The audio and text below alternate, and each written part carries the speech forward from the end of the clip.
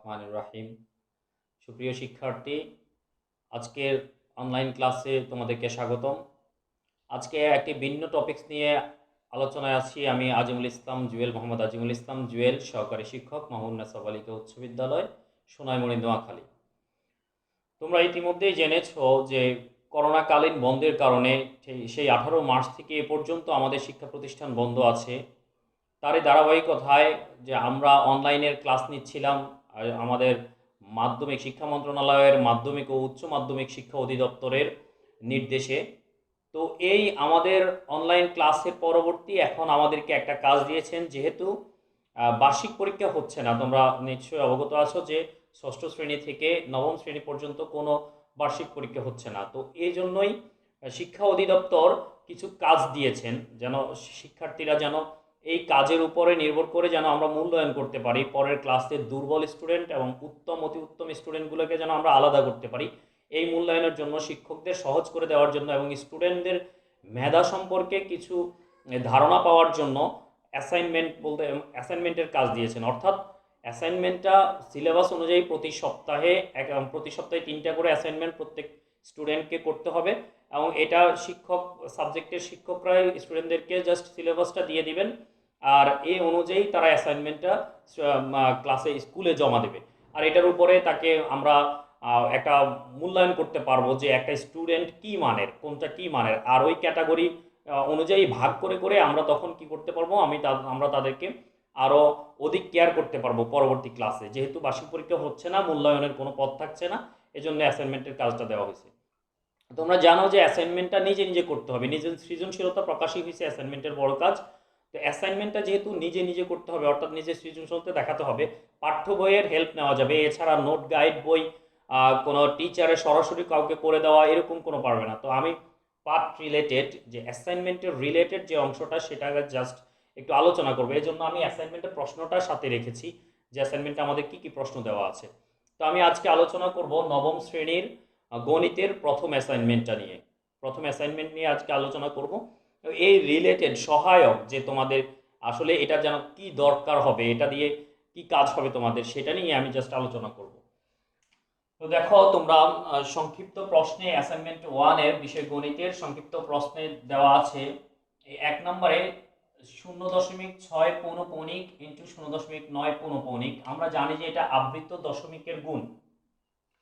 আবৃত্ত দশমিক সম্পর্কে তোমাদেরকে একটু বলি, আর তার আগে বলে রাখি তোমাদের অ্যাসাইনমেন্টের কাজ দেওয়ার আগে তোমাদের সিলেবাসকে যে এরকম ভাগ করে দেওয়া আছে, অ্যাসাইনমেন্টের কাজ দেওয়ার আগে তোমাদেরকে কোন অধ্যায়ে দেওয়া আছে সেটাও দেওয়া আছে। তাহলে আমাদের এখানে অধ্যায় আলোচনা করা হয়েছে, অধ্যায় 1 এবং 2 আর অধ্যায় 16, এই 3টে অধ্যায় আলোচনা করা হয়েছে। তো প্রথম অধ্যায় থেকেই যে আমাদের বাস্তব সংখ্যার যে অধ্যায়টা, সেই বাস্তব সংখ্যার অধ্যায় থেকে এই যে পৌনঃপণিকের অঙ্কগুলো দেওয়া হয়েছে। তারপরে আমরা জানি যে সেট এবং ফাংশন থেকে দেওয়া হয়েছে, এখান থেকে সেটের অঙ্ক দেওয়া হয়েছে, আর ফাংশন থেকে একটা সৃজনশীল করা হয়েছে। তারপরে আমাদের সৃজনশীল 2, 3, এখানে একটা সৃজনশীল নিয়ে আজকের ক্লাসে আলোচনা করব, আর সৃজনশীল 2, 3 নিয়ে আলোচনা করব পরবর্তীতে। আর 2, 3 দেওয়া হয়েছে পরিমিতি থেকে, অর্থাৎ 16 নম্বর অধ্যায় থেকে। তো আমরা তোমাদেরকে আজকে বলি, এখানে যেহেতু আমরা দেখলাম যে আবৃত্ত দশমিকের গুণ, তাহলে আবৃত্ত দশমিকটা কি আসলে? আমরা দশমিক সংখ্যা সম্পর্কে জানি, আমরা ভগ্নাংশ সংখ্যা সম্পর্কে জানি। যদি আমরা বলি যে 13/3, তাহলে এটাকে আমরা বলি যে ভগ্নাংশ সংখ্যা। যদি এটাকে আমরা ভাগ করি তাহলে একটা আমরা দশমিক সংখ্যা পাবো। তাহলে এরকম সংখ্যাগুলোকে যখন দশমিক আকারে নিব, অর্থাৎ আমি যদি এরকম একটা সংখ্যা দেই 0.2356 এরকম করি, তাহলে এটাকে আমরা বলি দশমিক সংখ্যা। তাহলে এই দশমিক সংখ্যা আবৃত্ত দশমিক সংখ্যা কিভাবে? যদি কখনো কোনো হরকে যদি লবকে যদি হর দ্বারা ভাগ করা হয়, আর এরপরে যদি পৌনঃপণিকতা আসে, অর্থাৎ পৌনঃপণিকতা বলতে 2 3 আসলো, তারপরে আবার 2 3 আসলো, আবার 2 3 আসলো, এরকম যদি পৌনঃপণিকতা থাকে, তখন আমরা এটাকে আবৃত করে দেই। অর্থাৎ এই যে পৌনঃপণিকতাকে উঠিয়ে আমরা এটাকে বুঝাই যে 2 3 শুধু দিলেই এটা যদি ডট ডট ডট, অর্থাৎ 2 3 2 3 2 3 আসতেছে, 2 পরে 3, তারপর আবার 2, আবার 3, আবার 2, আবার 3 এরকম করে আসতেছে, তখন আমরা 0.23 দিয়ে 2 এবং 3 এর মধ্যে যদি পৌনঃপণিক দিয়ে দেই, তাহলে আমরা বুঝতে পারি যে এটা কি এটা মানে এরকম ভাবে 2 3 আসতেই থাকবে, এটাই বুঝাই আমরা। এটাকে আবৃত দশমিক সংখ্যা বলে। আমরা এরকম আরো করতে পারি, যেমন যদি হয় এরকম 0.124 এই ক্ষেত্রে তোমাদের একটা জিনিস মনে রাখতে হবে, খুব ভালো করে খেয়াল করতে হবে যে 124 বারবার আসতেছে, তার মানে দেখো এই তিনটা সংখ্যা বারবার আসতেছে। তাহলে আমরা কি করব তখন, এই যে 1 2 4 এই তিনটার উপরে পৌনঃপুনিক না দিয়ে তখন কি করব, শুধু 1 এবং 4 এর উপর পৌনঃপুনিক দিব। অর্থাৎ আমাদের পরের সংখ্যাটা হবে, আমরা এটাকে লিখতে পারবো এরকম 0.124, 1 এর উপর পৌনঃপুনিক, 4 এর উপর পৌনঃপুনিক। এটা মানে এটা একটা রেঞ্জ বোঝায়, অর্থাৎ এই পৌনঃপুনিকতাটা 1 এবং 4 এই সবগুলোর মধ্যেই, 1 থেকে 4 এর ভিতরে যতগুলো অঙ্ক আছে ততগুলো অঙ্কের মধ্যেই এই পৌনঃপুনিক, অর্থাৎ এই সবগুলো অঙ্কই পুনরাবৃত্তি করবে, আবার আসবে আবার আসবে 1 to 4 এরকম করে। তাহলে আমরা মোটামুটি আবৃত দশমিক সম্পর্কে বুঝে গেলাম। এখন আমরা আসবো যে আবৃত দশমিককে কিভাবে আমি সাধারণ সংখ্যা নেব, নিয়ে তারপরে এটাকে আমি কিভাবে গুণ করব। তাহলে দেখো যে কোনো একটা আবৃত দশমিক নেই আমরা, আমরা যদি নেই 0.45, আর যদি আমরা বলি যে এটার সাথে আমি গুণ করব 0.9 ধরলাম এটা, তাহলে দেখো আবৃত দশমিককে যখন ভাঙাই, সাধারণ ভগ্নাংশে প্রকাশ করি, তাহলে কিরকম হয়। 45, একটা জিনিস মাথায় রাখবা, দশমিকের পরে আগে যা আছে সবগুলোকে দশমিক উঠিয়ে দিয়ে শুধু সংখ্যাটা লিখে দেব। তাহলে এখানে দশমিকের আগে শূন্য, শূন্য বাম পাশে লিখলে এটা কোনো কাজে দেয় না, অর্থাৎ ওটার কোনো মূল্য থাকে না, এজন্য আমরা শুধু 45 লিখলাম, মানে দশমিকের আগে পরে সবটা সংখ্যাই লিখে দেব। তারপর আমরা দেখব, তারপর মাইনাস একটা চিহ্ন দেব, মাইনাস চিহ্ন দিয়ে আমরা দেখব যে দশমিকের পরে আগে কয়টা গড়ে পৌনঃপুনিক নাই, দশমিকের আগে এবং পরে কয়টা গড়ে পৌনঃপুনিক বাদে আছে। তাহলে আমাদের এখানে আমরা দেখতেই পাচ্ছি যে দশমিকের আগে একটা গড়, 4 এর শুধু পৌনঃপুনিক নাই, আর শূন্যর মধ্যে পৌনঃপুনিক থাকা না থাকে একই কথা, কারণ শূন্য কোনো এখানে মূল্যহীন শূন্যটা, তাহলে 4 এর মধ্যে নাই, তাহলে বিয়োগ করব আমরা সেটাই, যে সংখ্যাটাতে পৌনঃপুনিক নাই, তাহলে 4 বিয়োগ করব। ঠিক আছে, এবার দেখো নিচে কি হবে, নিচে হবে দশমিকের পরে যতগুলো পৌনঃপুনিক, যতগুলো সংখ্যার মধ্যে পৌনঃপুনিক, যে যতগুলো অঙ্কের মধ্যে পৌনঃপুনিক আছে ততগুলো 9 হবে। তাহলে দশমিকের পরে একটা অঙ্কের মধ্যে শুধু পৌনঃপুনিক আছে 5 এর মধ্যে, তাহলে 9 হবে ততটা। তারপরে যদি দশমিকের পরে খালি কোনো সংখ্যা থাকে, এবার দেখো উপরের ক্ষেত্রে আমরা দশমিক বাদে দশমিকের আগের পরের সবগুলো সংখ্যার কথা বলেছি, কিন্তু নিচের ক্ষেত্রে আমরা শুধু দশমিকের পরের সংখ্যাগুলোই ওই মানে আমাদের বিবেচনায় আনছি। তাহলে দশমিকের পরে 4 5 এটার মধ্যে তাহলে একটার মধ্যে পৌনঃপুনিক আছে, তার মানে একটার জন্য 9।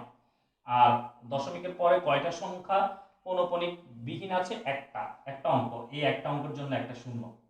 তাহলে এটা হবে এরকম, তার মানে 45 থেকে যদি 4 যায় 41/90, এটাকে ভাগ করলে, তার মানে এটা হলো সাধারণ ভগ্নাংশ, পৌনঃপুনিককে সাধারণ ভগ্নাংশে নির্ণয় করা যায়। তাহলে 9টা কি হবে, 9টা হবে আমরা বললাম যে দশমিকের পরে আগে যা আছে সব দশমিক ছাড়া হয়ে যাবে 9, 9 এর পরে মাইনাস কি হবে, দেখো তো আর কোনো দশমিকের আগে পরে এমন কোনো সংখ্যা নাই যেটাকে বিয়োগ করা যায়, যেটা পৌনঃপুনিক ছাড়া আছে, শূন্য আছে, শূন্য তো মূল্যহীন, শূন্য যদি আমি 9 থেকে বাদ দিই তাহলে ওই 9ই থাকে, তাহলে এটাকে না লিখলেও হয়, শূন্য লিখলেও যে কথা, মাইনাস না লিখলেও একই কথা, তার মানে 9। তারপর দশমিকের পরে কয়টা পৌনঃপুনিক সংখ্যা আছে, একটা, একটা অঙ্ক আছে পৌনঃপুনিকের, তো একটা অঙ্কের জন্য 9, 9। আর যেহেতু দশমিকের পরে কোনো পৌনঃপুনিক ছাড়া কোনো খালি অঙ্ক নাই, তাহলে এখানে কোনো জিরো আসবে না, কারণ 9 দ্বারা 9কে ভাগ মানেই 9 পৌনঃপুনিক। তাহলে এটা কি হয়ে যাবে, 9/9 মানে কি 1 হয়। তাহলে আমরা বুঝতে পারলাম, তাহলে আমরা এটা খুব সহজে করতে পারবো। আমি সরাসরি তোমাদেরকে কোনো অঙ্ক করে দেব না, তোমরা এটাকে নিজেরাই করে নিবে, জাস্ট আমি আলোচনা করে দেব। তাহলে এটাকে আমরা করবো এরকম, যেমন 0.6 পৌনঃপুনিক, তার মানে আমি উপরে লিখবো 6, তারপরে বিয়োগ তো কিছুই হবে না, আর নিচে হবে কি একটা পৌনঃপুনিক অঙ্কের জন্য একটা 9, আর যেহেতু দশমিকের পরে কোনো পৌনঃপুনিক ছাড়া কোনো খালি সংখ্যা নাই, তাহলে আমি এখানে কোনো জিরো টিরো দেবো না, তার মানে এটা এরকম হবে। আর না 9টা তো তোমরা দেখতেই পাচ্ছ, তার মানে এটা যখন করবে, এখানে একটা কথা আছে, পৌনঃপুনিকের গুণ যেহেতু, তাহলে দেখবে একটা পৌনঃপুনিক সংখ্যা আসবে। এখন তুমি এটাকে যখন গুণ করবে, গুণ করার পরে একটা যে কোনো একটা ভগ্নাংশ আসবে, এরকম মনে করো 6/9 থাকলো, তাহলে এটাকে তখন যখন তুমি ভাগ করবে তখন একটা পয়েন্ট একটা সংখ্যা পাবে যেটা 0 সামথিং হবে, হয়তো 1 2 3 4 1 2 3 4 এরকম করে করে আসবে। তার মানে দেখো পৌনঃপুনিকতা আছে, 1 2 3 4 1 2 3 4 এরকম পৌনঃপুনিকতা আছে।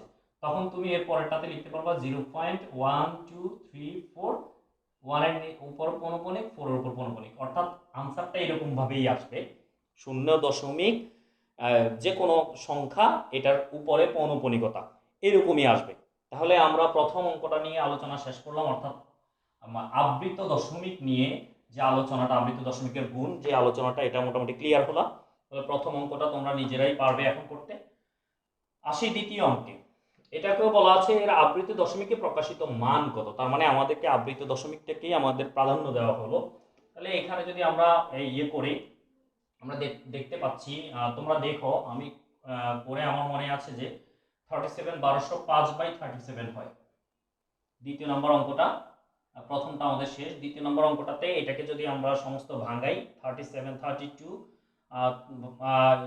সমস্ত 37/21, এটাকে যদি আমরা ভাঙাই তাহলে 1205/37, এই 1205কে আমরা 37 দ্বারা ভাগ করতে থাকবো। ভাগ করতে থাকলে আমরা দেখব যে 0 পয়েন্টের পরে সামথিং একটা পৌনঃপুনিক আসবে, মনে করো 638, আবার 638 এরকম করে আসতে থাকবে। এটা তোমরা পড়লে দেখতে পাবা।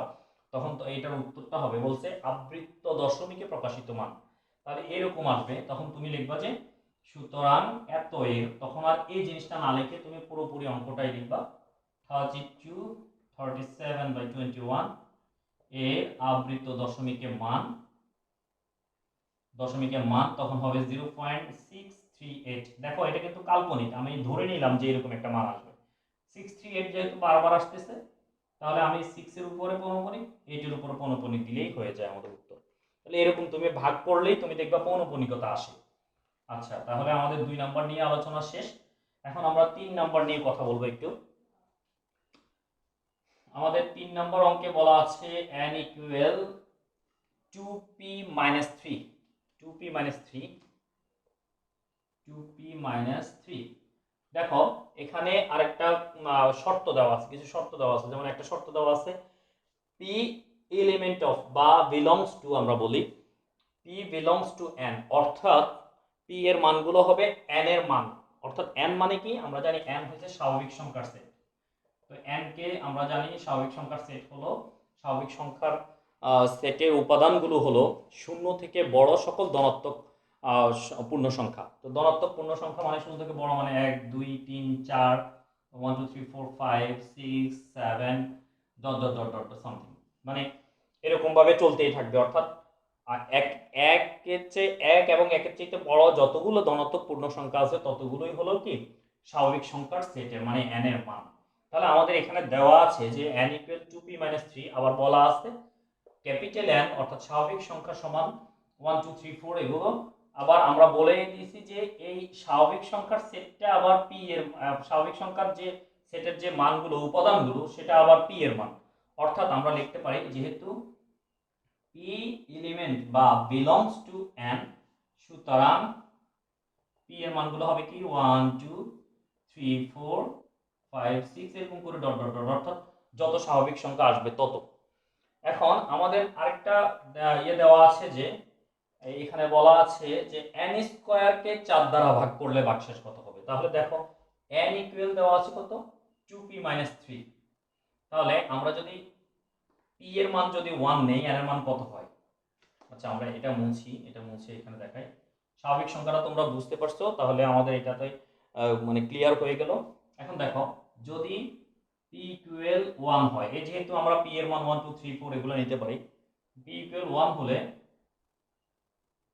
n ইকুয়াল কত হয় দেখো, n ইকুয়াল হবে 2 ইনটু p এর মান 1 - 3 সমান কত হবে 2 - 3 সমান -1।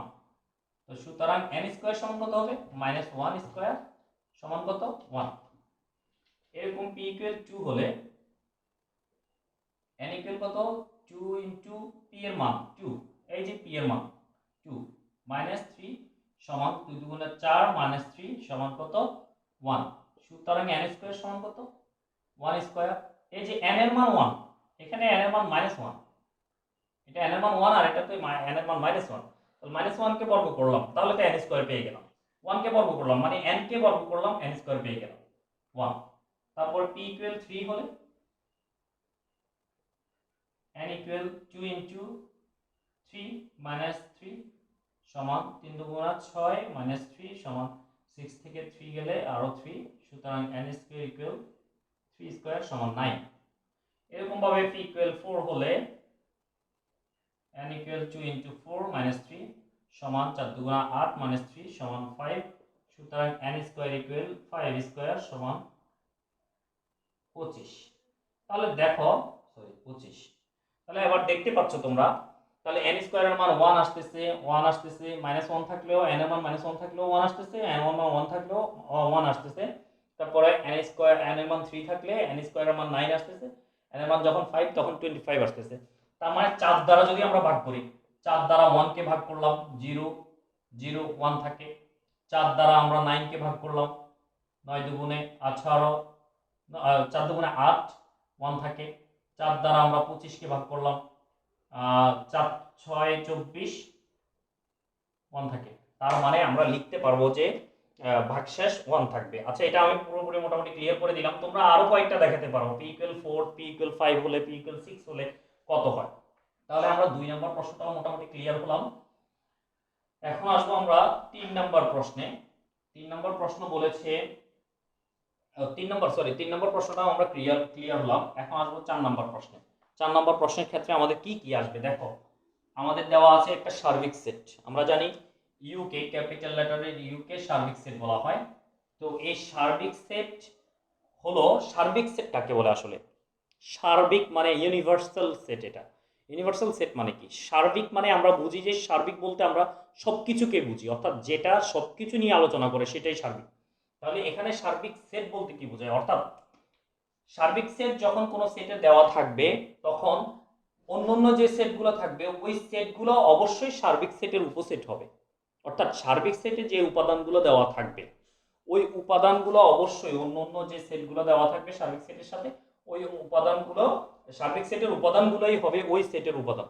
তার মানে দেখো এখানে 2 3 4 দেওয়া আছে, 5 6 9 7 9 দেওয়া আছে। দেখো এর মধ্যে আছে 2 4 6, এটা কিন্তু উপসেট। আমরা উপসেট কি বলি? উপসেট আমরা যদি বলি যে a সমান 1 2 3, আবার যদি বলি b সমান 1 3, তাহলে আমরা বলতে পারি b কে বলতে পারি a এর উপসেট, অর্থাৎ b উপসেট a। আবার যদি এখানে এরকম হয় যে b 1 2 3, b ও 1 2 3, তাহলে আমরা b কে বলতে পারবো a এর উপসেট এবং সমান, অর্থাৎ a সেটটা b সেটের সমান এবং উপসেট, অর্থাৎ b ও a এর উপসেট। আবার উল্টোভাবে আমরা লিখতে পারবো a ও b এর উপসেট এবং সমান। তাহলে উপসেট বুঝলাম। উপসেট হলো অর্থাৎ কোনো একটা সেট যদি আমরা বৃহৎ উপাদানের হয়, সহজভাবে বলতে কোনো একটা সেটের উপাদান যদি বৃহৎ উপাদান হয়, ওই উপাদান অন্য একটা সেটের উপাদানগুলো যদি ওই সেটের মধ্যে সবগুলো উপাদানই থাকে, তাহলে উক্ত সেটকে, উক্ত দ্বিতীয় সেটকে প্রথম সেটের উপসেট বলা হয়। তাহলে আমরা সার্বিক সেট কি বলবো? সার্বিক সেট হলো যে যে সেটের মধ্যে অন্যান্য যে সেটগুলো দেওয়া থাকে ওই সেটের সকল উপাদান আছে, তাহলে সেই সেটকে বলা হয় সার্বিক সেট। এখানে আরো একটা জিনিস জানতে হবে আমাদেরকে, আমরা এখানে স্যাড সেটের কথা আসবে। স্যাড সেট বা আমরা এই সার্বিক সেট ইউনিভার্সাল সেট বললাম। স্যাড সেট হলো আমরা এটাকে বলি আমরা এটাকে বলি ইন্টারসেকশন সেট। হ্যাঁ, ইন্টারসেকশন বলি, যেহেতু n এর মতো করে দেওয়া, এই জন্য মাথায় রাখবা যে ইন্টারসেকশন অর্থাৎ স্যাড সেট। এই স্যাড সেটের জিনিসটা হলো যে স্যাড সেট যদি দুইটা সেটের উপাদান সংখ্যা, মানে স্যাড সেট বলতে যদি আমি বলি যে a স্যাড b, তার মানে a b এর উপাদান যে যে উপাদানগুলো কমন আছে সেটাই হলো a স্যাড b।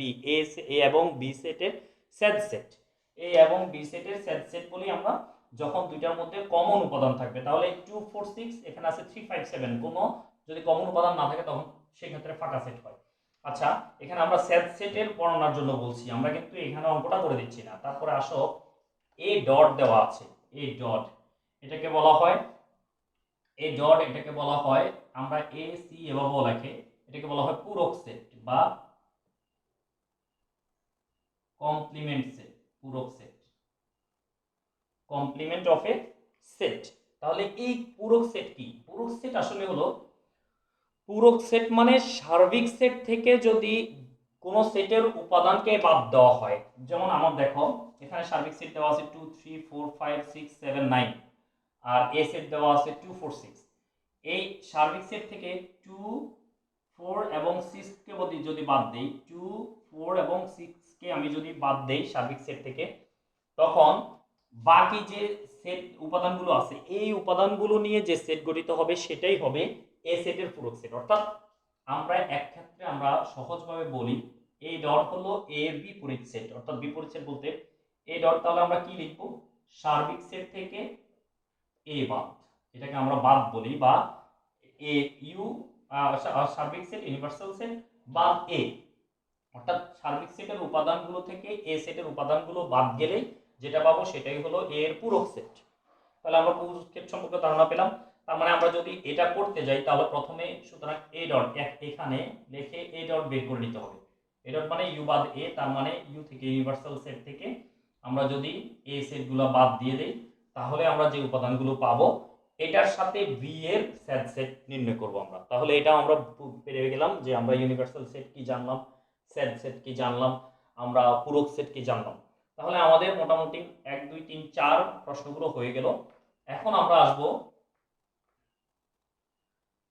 এটা সম্পর্কে তোমাদের ধারণা ক্লিয়ার হয়েছে জানি। এখন আমরা আসবো ফাংশনের অঙ্কে। এটা মুছে দিচ্ছি। আচ্ছা, সৃজনশীল 1 তাতে বলেছি কি ফাংশন অফ এক্স দেওয়া আছে, মানে উদ্দীপক দেওয়া আছে তোমাদের যে function of x equal x cube plus k x square minus 4x minus 12 এবং জি অফ এ সমান 1 plus a cube plus a to the power 6 by a cube. তাহলে দেখো এটা উদ্দীপক দেওয়া আছে। আমাদের প্রথম সেটে দেওয়া আছে কি, প্রথম কতে দেওয়া আছে x এলিমেন্ট বা বিলংস টু n যেন x স্কয়ার গ্রেটার দেন 3। তার মানে x এর যে মানগুলো সেটার বর্গ করলে যে মান হবে তা 3 এর বড় হবে। কন্ডিশন, একটা কন্ডিশন। দ্বিতীয় নম্বর কন্ডিশন বা দ্বিতীয় নম্বর শর্তটা হলো x কিউব মানে x এর ঘন মানগুলো হবে 30 এর ছোট। এখন দেখো আমাদের সেট প্রকাশ করার জন্য দুইটা পদ্ধতি আছে। সেট প্রকাশ করার জন্য দুইটা পদ্ধতি, একটাকে বলা হয় তালিকা পদ্ধতি, আরেকটাকে বলা হয় সেট গঠন পদ্ধতি। এখানে আমাদেরকে দেওয়া আছে সেট গঠন পদ্ধতি, আর এটাকে আমরা তালিকা পদ্ধতিতে প্রকাশ করতে হবে। তাহলে দেখো তালিকা পদ্ধতিতে কিভাবে প্রকাশ করব। তাহলে আমরা ধরে নিব প্রথমে এ সেট, ধরি এ সেট সমান এই সেটটা x এলিমেন্ট অফ n যেন x স্কয়ার গ্রেটার দেন 3 এবং x cube less than or equal 30। অর্থাৎ x কিউবের মান 30 এর কম অথবা 30 এর সমান হবে। এটাকে বলা হয় লেস দেন অর ইকুয়াল, অর্থাৎ 30 হলেও এটা গ্র্যান্টেড হবে, 30 এর নিচে হলেও গ্র্যান্টেড হবে। তাহলে দেখো কন্ডিশন দুইটা দেওয়া আছে, আবার বলা আছে যে x এর মানগুলো হবে n এর মান, ওই যে আগের অঙ্কটার মতোই, যে n ইকুয়াল আমরা জানি স্বাভাবিক নাম্বারগুলো কি, স্বাভাবিক সংখ্যাগুলো কি 1 2 3 4 অর্থাৎ সকল ধনাত্মক পূর্ণ সংখ্যা। তো x এর মান যদি আমরা 1 ধরি, x ইকুয়াল যদি 1 হয়, x ইকুয়াল 1 হলে x স্কয়ার ইকুয়াল কি হবে বলো, 1 স্কয়ার সমান 1 এবং x কিউব ইকুয়াল কি হবে, 1 কিউব সমান 1। দেখো এই 1টা কি কন্ডিশন মানছে 3 এর বড়?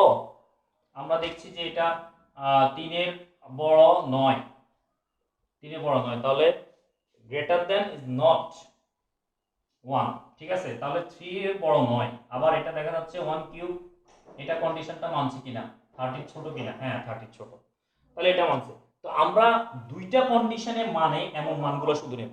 তাহলে আমরা এটাও ক্লিয়ার হয়ে গেলাম, x ইকুয়াল 2 নেব, x ইকুয়াল 3 নেব, এরকম করে যে দুইটা যে উপাদানগুলো দুইটা কন্ডিশনকেই মানে মান্য করে, অর্থাৎ দুইটা কন্ডিশনের ক্ষেত্রেই সত্য, যে উপাদানগুলো এই দুইটা কন্ডিশনের ক্ষেত্রেই সত্য হয়, দুইটা শর্ত, এই যে একটা শর্ত এই একটা শর্ত, দুইটা শর্তের ক্ষেত্রেই যেটা সত্য হয় সেটাকেই আমরা সত্য ধরে নিব। তখন আমাদের এ সেটটা আমরা কি পেয়ে যাব, তালিকা পদ্ধতিতে পেয়ে যাব। যদি আমরা পাই এটাকে, যদি আমরা পাই 2 3 4 যেরকম পাই, তাহলে এটাই হবে তার তালিকা পদ্ধতিতে, এটা আনসার হবে।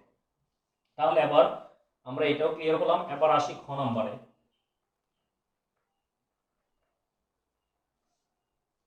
খ নম্বরের কোশ্চেনটাতে বলেছে, দেখো, ফাংশন অফ -2 ইকুয়াল 0 হলে দেখাও যে রুট ওভার কে একটি অমূলদ সংখ্যা।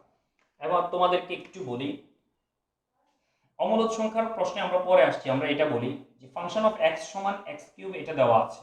এখন ফাংশন অফ এটা তো দেওয়া আছে, তাহলে ফাংশন অফ -2 সমান কত হবে? দেখো, যেখানে তুমি x পাবা সেখানেই -2 বসিয়ে দেবা। তাহলে এখানে কোথায় কোথায় x আছে? প্রথমে x³ মানে -2 কিউব, তারপর আছে প্লাস k x² মানে -2 স্কয়ার, তারপর আছে -4 ইনটু -2, তারপর আছে -12।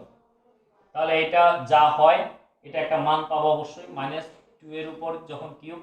কারণ আমরা জানি যে কোনো অঙ্কের উপরে বা অঙ্ক বা সংখ্যার উপরে যদি বিজোড় পাওয়ার থাকে, সূচক যদি বিজোড় থাকে, তাহলে মাইনাসটা ভ্যানিশ হয় না। যেমন দেখো, এ কিউব মানে কি? -2, তিনটা -2 গুণ, তাহলে 2 দুগুণে 4, এই মাইনাসে মাইনাসে প্লাস হয়ে গেল। কিন্তু আবার যদি ওই -2 এর সাথে গুণ হয়, প্লাস মাইনাসে আবার মাইনাস হয়ে গেল, 4 দুগুণে 8 হয়। এই জন্যই আমরা বলি বিজোড় উপরে যদি পাওয়ার বিজোড় থাকে তাহলে মাইনাসটা থেকে যায়, মাইনাসটা ভ্যানিশ হয় না। কিন্তু জোড় পাওয়ার থাকলে তখন মাইনাসটা কি হয়ে যায়? ভ্যানিশ হয়ে যায়। তাহলে আমরা এখানে লিখতে পারি -8, এটা হইছে, এখানে কিন্তু ভ্যানিশ হয়ে যাবে। 2 দুগুণে 4, 4k, এটা কিন্তু প্লাস, এই প্লাসটাই থাকবে। আর এখানে প্লাসে মাইনাসে মাইনাস হয়ে যাবে, 4 দুগুণা 8, তারপর -12। এরকম করে আমরা একটা মান পাবো। যেমন দেখো, এখানে -8 ও এখানে +8, তাহলে 8 বাদ যাবে। এটা আমরা কাটাকাটি করব না, আমি বোঝার সুবিধার জন্য দেখালাম। তাহলে 4k -12 পেলাম। এটা কার মান পেলাম? f-2 এর মান। তাহলে f-2 সমান কি দেওয়া আছে? 0। তাহলে আমরা কি পাবো? 4k সমান 0। এখান থেকে আমরা কি পাবো? 4k -12 সমান 0। 4k -12 সমান 0। এখান থেকে আমরা কি পাবো বলো? k এর মান পাবো। তাহলে k এর যে মানটা পাবো সেটাকে অমূলদ আমরা ঘোষণা করতে হবে। এবার যদি সেটা 5 পাই, 3 পাই, 2 পাই, যাই পাই, এটা যে অমূলদ এটাকে আমরা কি করতে হবে? দেখাতে হবে যে এটা অমূলদ সংখ্যা। এবার অমূলদ আর মূলদ সংখ্যা বলি। অমূলদ সংখ্যা আমরা সহজ কথায় বলতে গেলে যে সংখ্যাকে p/q আকারে লেখা যায় না, যেখানে p আর q সহমৌলিক। সহমৌলিক কাকে বলে? সহমৌলিক হলো যে দুইটা অঙ্কের মধ্যে, সহমৌলিক সংখ্যা কাকে বলে? যে দুইটা সংখ্যার মধ্যে এক ভিন্ন অন্য কোনো গসাগু থাকে না। যেমন দেখো তো, 3 5, 3 এবং 5 যদি বলি, তাহলে 3 এবং 5 এর মধ্যে এক ছাড়া অন্য কোনো, দেখো 3 এর যদি বলি 1 3, এছাড়া তো আর নাই এর গসাগু। তারপরে আমরা যদি বলি 5 কে বলি যদি 1 5, তাও এছাড়া আর নাই। তাহলে দেখো, 1 ছাড়া আর কোনো গসাগু, কমন কোনো গসাগু এদের মধ্যে নাই। 1 ছাড়া এদের মধ্যে কোনো কমন গসাগু নাই।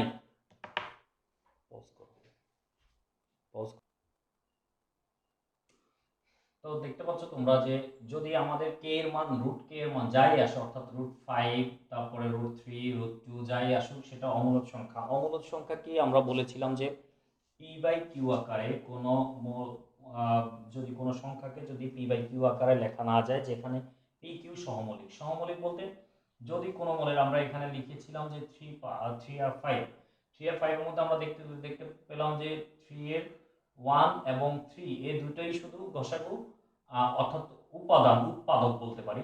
আর 5 এর হলো 1 5, এই দুটোই উৎপাদক। তো এখানের এই দুটো উৎপাদক এবং এটার এই দুটো উৎপাদকের মধ্যে শুধু কমন উৎপাদক 1 আছে। তো যখন দুটি সংখ্যার মধ্যে শুধু একটাই কমন গসাগু থাকে, কমন একটা গসাগু থাকে যেটার মান 1, অর্থাৎ 1 ছাড়া যদি অন্য কোনো কমন গসাগু না থাকে, তাহলে সেটাকে আমরা সহমৌলিক বলি। p/q যদি সহমৌলিক হয় ধরে নেই, তাহলে √2 সমান, যদি ধরে নিলাম p/q, যেখানে q is not equal 0, q মান 0 হতে পারে না, q মান অবশ্যই 0 চেয়ে বড় হবে।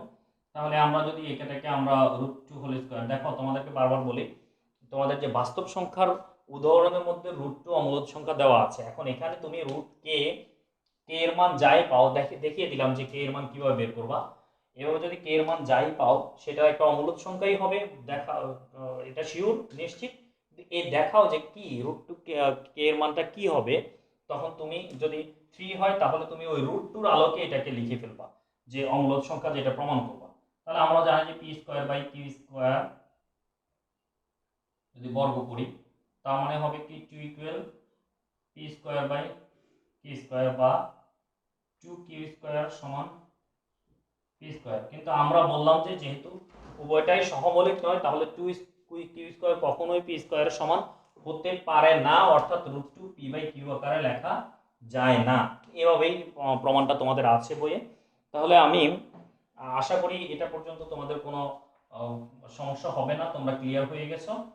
এখন আমরা আসবো যে আমাদের সৃজনশীলের গ নম্বর প্রশ্নটাতে। গ নম্বরটা কি বলেছে দেখো, গ নম্বরে দেওয়া আছে প্রমাণ করো যে g(a²), তাহলে আমাদের g(a) দেওয়া আছে কত, 1 + a³ +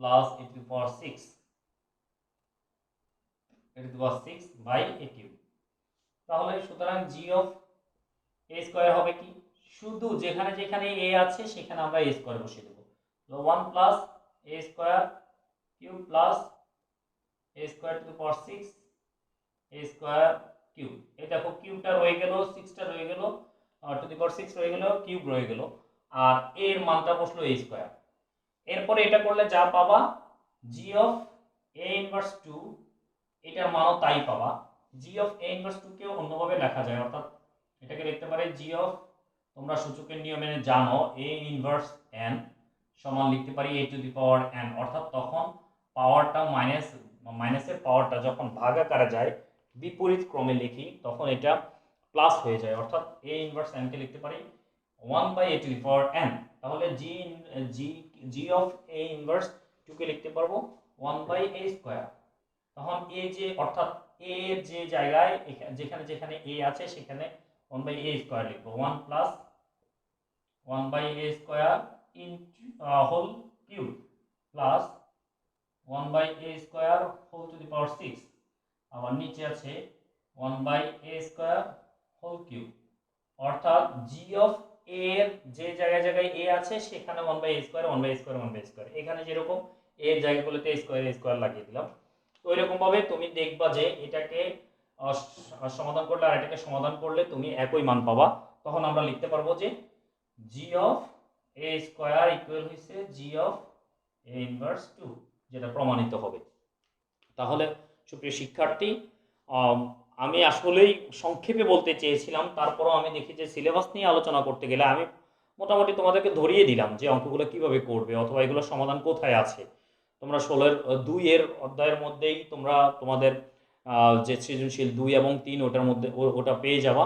তা আমি আশা করি যে তোমরা এভাবেই তোমাদের অ্যাসাইনমেন্টটা কমপ্লিট করবা, নিজে বুঝে, নিজে না পড়ে শুধু অন্য থেকে নকল করে অ্যাসাইনমেন্ট করে কোনো কৃতিত্ব নাই। তাহলে নিজের অ্যাসাইনমেন্টটা যেন নিজেরই খুব সুন্দর করে করা হয়। তো আশা করি গণিতের যে অ্যাসাইনমেন্ট 1-এর দ্বিতীয় অংশটা আমি তোমাদেরকে আবার ক্লাস দেবো ইনশাআল্লাহ। আল্লাহ হাফেজ, ভালো থেকো, আল্লাহ হাফেজ।